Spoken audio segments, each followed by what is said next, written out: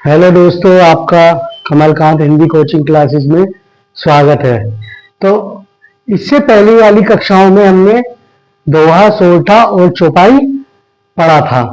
तो आज का टॉपिक है हमारा अलंकार। तो अलंकार अलंकार क्या होते हैं? अलंकार दो शब्दों से मिलकर बना होता है, अलम प्लस कार। अलम का अर्थ है सजावट और कार का अर्थ है करने वाला, अर्थात काव्य की शोभा बढ़ाने वाले या काव्य की सुंदरता को बढ़ाने वाले या भाषा को सुंदर बनाने के लिए अलंकारों का प्रयोग किया जाता है। काव्य की शोभा बढ़ाने वाले तत्वों को या शब्दों को अलंकार कहते हैं। जैसे एक नारी अपनी सुंदरता को बढ़ाने के लिए गहनों का या आभूषणों का प्रयोग करती है, उसी तरह भाषा को सुंदर बनाने के लिए हम अलंकारों का प्रयोग करते हैं। तो आइए हम समझते हैं। अलंकार दो शब्दों से मिलकर बना है, अलम प्लस कार। अलम का क्या अर्थ है? सजावट, और कार का अर्थ है करने वाला, अर्थात काव्य की शोभा बढ़ाने वाले तत्वों को अलंकार कहते हैं। जैसे एक नारी अपनी सुंदरता बढ़ाने के लिए आभूषणों का प्रयोग करती है, उसी प्रकार भाषा को सुंदर बनाने के लिए अलंकारों का प्रयोग किया जाता है। तो अभी तक हमने पढ़ा कि अलंकार क्या होता है। अब हम पढ़ेंगे अलंकार के भेद। अलंकार के भेद दो प्रकार का अलंकार होते हैं, शब्द अलंकार और अर्थ अलंकार। शब्द अलंकार के तीन उपभेद हैं, अनुप्रास अलंकार, यमक अलंकार और श्लेष अलंकार। 99 भेद माने जाते हैं, उनमें से हैं जो हमारे पाठ्यक्रम में उपस्थित होते हैं, हम उन्हें ही पढ़ते हैं। जैसे रूपक अलंकार, अतिशोक्ति अलंकार, संदेह अलंकार, उपमा अलंकार, उत्प्रेक्षा अलंकार और मानवीकरण अलंकार। तो शब्द अलंकार होता है जहां शब्दों के द्वारा काव्य में चमत्कार उत्पन्न होता है, वहां शब्द अलंकार होता है। इसके तीन भेद हैं। पहला अनुप्रास अलंकार। अब शब्दों के द्वारा चमत्कार कैसे उत्पन्न होता है, हम उसके लिए इन तीनों उपभेदों को उदाहरण सहित पढ़ेंगे। अलंकार के उपभेद। अब अनुप्रास अलंकार हम पढ़ते हैं। अनुप्रास दो शब्दों से मिलकर बना है, अनु प्लस प्रास। अनु का अर्थ है बार बार होना और प्रास का अर्थ है वर्ण, अर्थात जब किसी वर्ण की आवृत्ति बार बार होती है वहां अनुप्रास अलंकार होता है। जब किसी वर्ण की आवृत्ति किसी पंक्ति में बार बार होती है या जब कोई वर्ण किसी पंक्ति में बार बार आता है तो वहां अनुप्रास अलंकार होता है। हम उदाहरण के माध्यम से समझेंगे। जैसे रघुपति, राघव,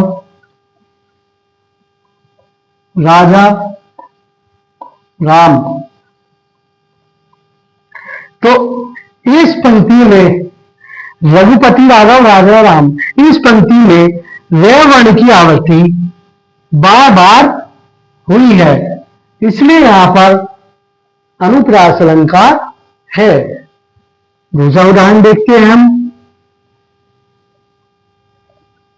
तरनी, तनुजा, तट तमाल, तरुवर, बहु, छाये। तो इस दूसरे उदाहरण में तन्नी, तनुजा, तट तमाल, तरुवर, बहु, छाये, इस उदाहरण में तय वर्ण की आवृत्ति बार बार हुई है, इसलिए यहां पर अनुप्रास अलंकार है। इसका एक उदाहरण और हम देखते हैं। चारों चंद्र की चंचल किरणें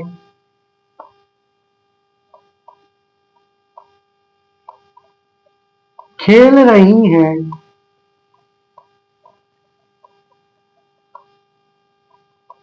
जल थल में। तो इस पंक्ति में क्षय वर्ण की आवृत्ति बार बार हुई है, इसलिए यहां पर अनुप्रास अलंकार है। पिछली पहला हमने उपवेद पढ़ा इसका अनुप्रास अलंकार, जिसमें बताया गया कि जहां किसी वर्ण की आवृत्ति बार बार होती है वहां अनुप्रास अलंकार होता है। और शब्द अलंकार का अगला उपवेद है यमक अलंकार। तो आइए हम इसे उदाहरण के माध्यम से पढ़ते हैं। तो यमक अलंकार, यमक का अर्थ है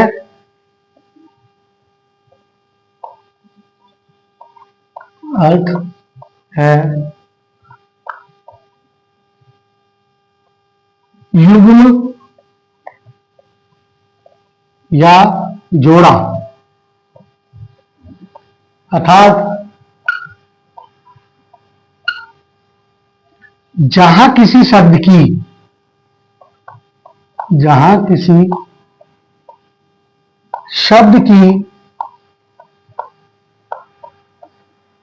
आवृत्ति बार बार होती है और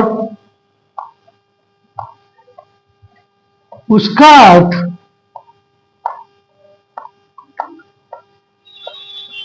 अलग अलग होता है,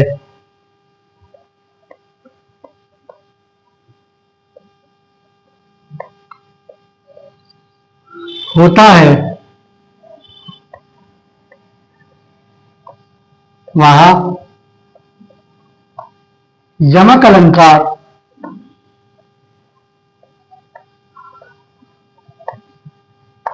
होता है।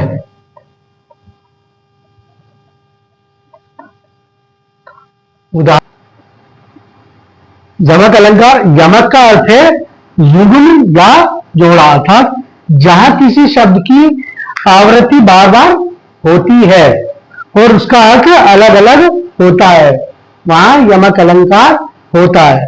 तो आइए हम इसका उदाहरण देखते हैं।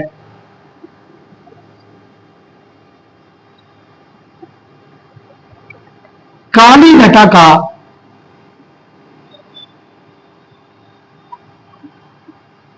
घमंड घटा,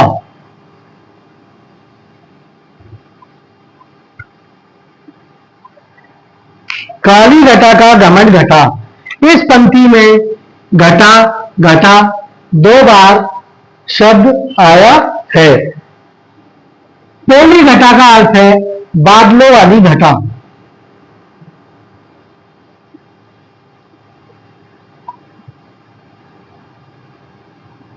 और दूसरी घटा का अर्थ है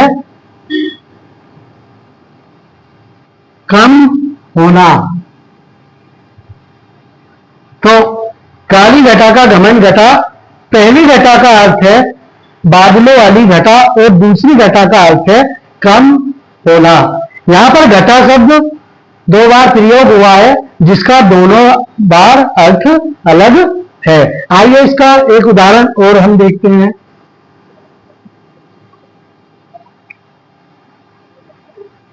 सबकी बेगम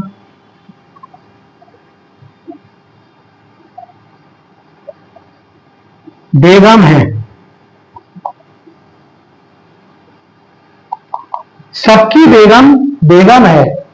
इस पंक्ति में बेगम बेगम बेगम बेगम शब्द दो बार प्रयोग हुआ है। पहली बेगम का अर्थ है पत्नी और दूसरी बेगम का अर्थ है बिना गम के, बिना गम के। या बिना दुख के। तो एक बार रिपीट करते हैं। यमक अलंकार, यमक का अर्थ है युग या जोड़ा, अर्थात जहां किसी शब्द की आवृत्ति बार बार होती है और उसका अर्थ अलग अलग होता है, वहां यमक अलंकार होता है। जैसे उदाहरण में हमने देखा काली घटा का दमन घटा, यहाँ घटा, इस पंक्ति में घटा शब्द दो बार प्रयोग हुआ है, तो दोनों का ही अर्थ अलग है। पहली घटा का अर्थ है बादलों वाली घटा और दूसरी घटा का अर्थ है कम होना या कमी होना। दूसरा उदाहरण है हमारा सबकी बेगम बेगम है, तो यहाँ पहली बेगम का अर्थ पत्नी है और दूसरी बेगम का अर्थ बिना गम के या बिना दुख के। तीसरा उदाहरण है हमारा यमक अलंकार का कनक कनकते शोभनी मादकता अधिकाय, वह खाए बोराए जग वह पाए बोराए। तो यहाँ पर कनक कनक शब्द देखिए युग्म या जोड़े में आ रहा है, तो यह पहले कनक का अर्थ है धतूरा और दूसरे कनक का अर्थ है सोना। तो पहले कनक का अर्थ है यहां पर धतूरा और दूसरे कनक का अर्थ है सोना। धतूरा होता है एक मारक वस्तु होती है जिसे खाने से मनुष्य की बुद्धि विकृत हो जाती है या उसे खाने से मनुष्य पागल हो जाता है। दूसरा कनक का अर्थ है सोना। अगर मनुष्य को सोना मिल जाए तो उसको उसे देखकर भ्रमित बुद्धि भ्रमित हो जाती है। तो कनक कनकते शोभनी मादकता अधिकाय वह खाए बोराए जग वह पाए बोराए। तो यह पहले कनक का अर्थ धतूरे से है कि अगर धतूरे का सेवन अगर ज्यादा कर लिया जाए, उसकी अधिकता हो जाए तो आदमी पागल हो जाता है। और दूसरे कनक का अर्थ सोना है, अगर मनुष्य को अधिक सोना मिल जाए तो उसको सोने को देखकर ही उसकी बुद्धि भ्रमित हो जाती है। तो अब हम इसका शब्द अलंकार का तीसरा उपभेद पढ़ते हैं, श्लेष अलंकार। श्लेष अलंकार, श्लेष का अर्थ है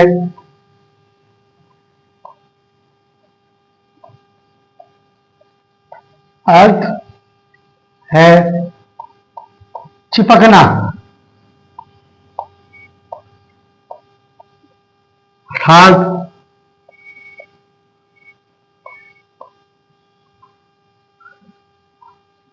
जहां कोई शब्द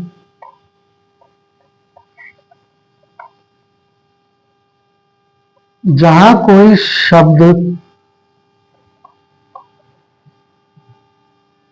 जहां कोई शब्द एक ही बार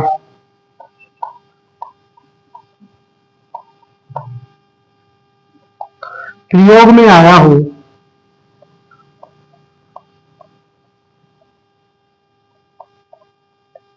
हो किंतु घटना के अनुसार और घटना के अनुसार उसके दो या दो से अधिक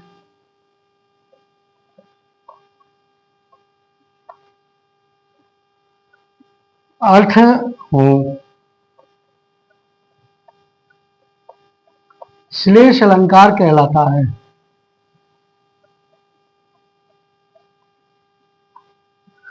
कहलाता है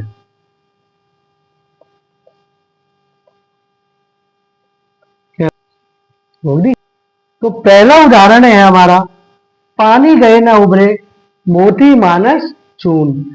यह पानी का अर्थ मोती के लिए चमक से है, यह पानी का अर्थ मानस के लिए विनम्रता से है और यहाँ पानी का अर्थ चून के लिए जल से है। तो पानी गए न उभरे मोती मानस चून, मतलब पानी का अर्थ मोती के लिए चमक है। अगर मोती में चमक न हो तो उसका कोई मूल्य नहीं होता है। अगर पानी का अर्थ मानस के लिए, अगर मनुष्य के अंदर विनम्रता न हो तो उसका समाज में कोई अस्तित्व नहीं रहता है। और तीसरा, पानी का अर्थ चून के लिए जल से है। अगर हमें चून की या आटे की अवस्था को बदलना है तो उसमें जल को मिलाकर उसकी अवस्था को बदला जाता है। इसका उदाहरण, दूसरा उदाहरण हम देखते हैं। सुबरन को खोजत फिरे कवि, व्यभिचारी और चोर।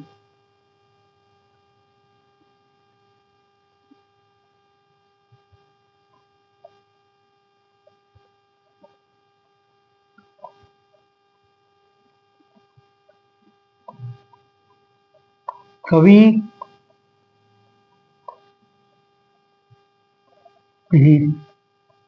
चारी चारी और चोर।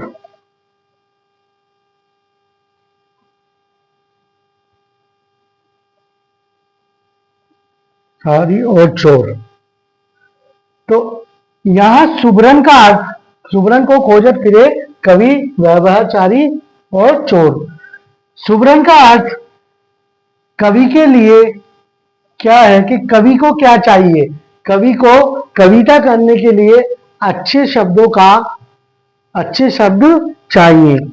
सुबरन का व्यभिचारी के लिए, व्यभिचारी का अर्थ होता है जो भोग विलास में लिप्त होता है। तो व्यभिचारी को क्या चाहिए? स्त्रियां, कि वो स्त्रियों के संयोग में लिप्त रहता है। और सुबरन का अर्थ चोर के लिए क्या है? चोर को क्या चाहिए? चोर को सोना चाहिए, चोर को धन चाहिए। तो दोस्तों, आज हमने अलंकार पढ़ा और उसके हमने भेद और उपभेद को जाना। अनुप्रास अलंकार, यमक अलंकार और श्लेष अलंकार को इस कक्षा में हमने पढ़ा।